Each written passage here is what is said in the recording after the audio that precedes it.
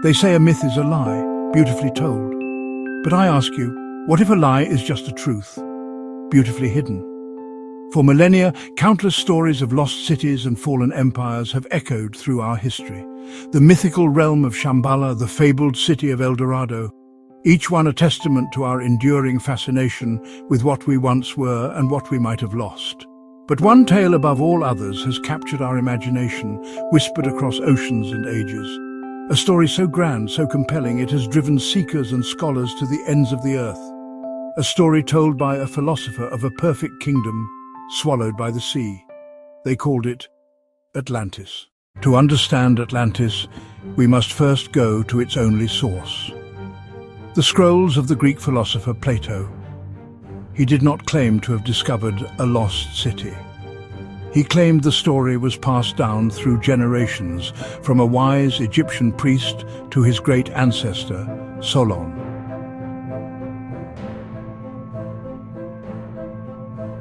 Plato described a vast island empire, a utopian civilization of unrivaled wisdom and technological might, ruled by the descendants of Poseidon himself.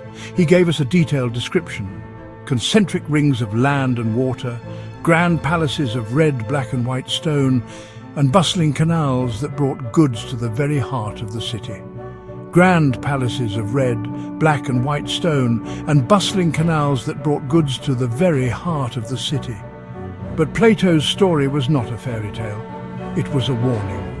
He said that as its people grew rich, they grew arrogant, and their virtues began to fade.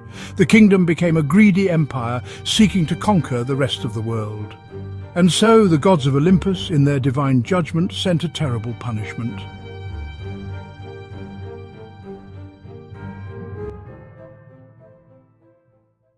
For centuries, countless seekers have scoured the globe for a physical location.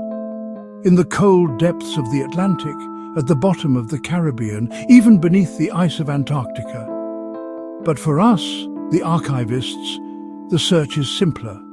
We look not for the lie, but for the truth it was built upon. Plato described Atlantis as beyond the Pillars of Hercules, a phrase that has launched 1,000 expeditions. But the most compelling evidence points to a civilization that existed not at the edge of the world, but at the very center of the Greek world. A civilization brought to its knees by one of the greatest natural disasters in human history. For many historians and archaeologists, the answer lies in the volcanic eruption of Thera.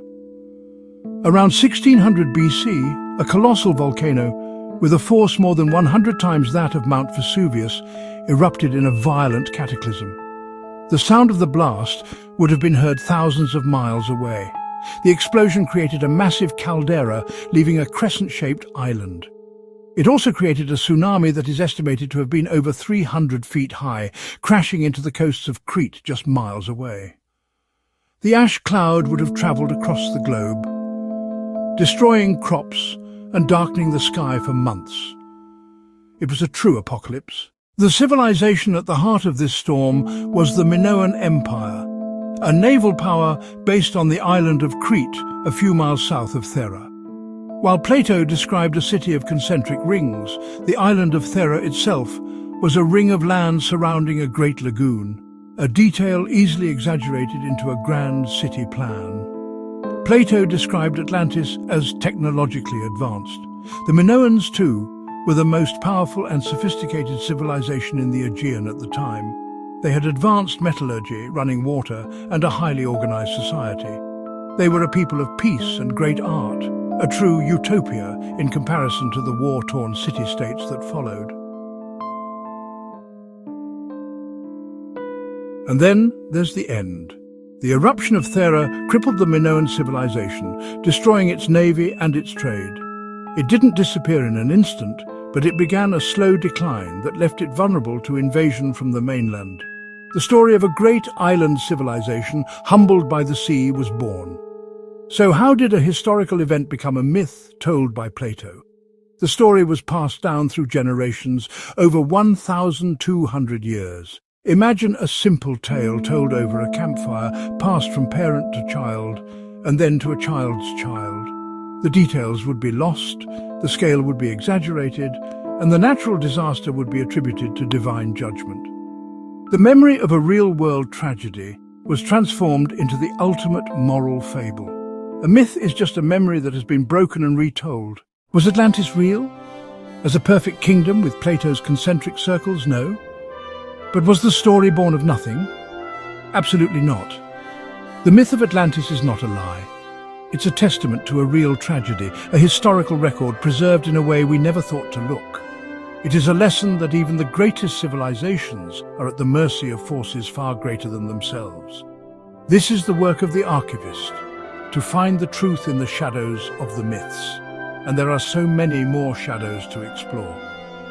Next, we will venture into another enigma. For centuries, civilizations separated by oceans have told a shared story of a great deluge. Could a single catastrophic event have been the origin of every flood myth on Earth? If your soul hungers for forgotten truths, if you believe that stories carry more than just words, subscribe to Mythos Within. Light the bell so the archive calls you when it opens again. And tell me, which myth should we unveil next?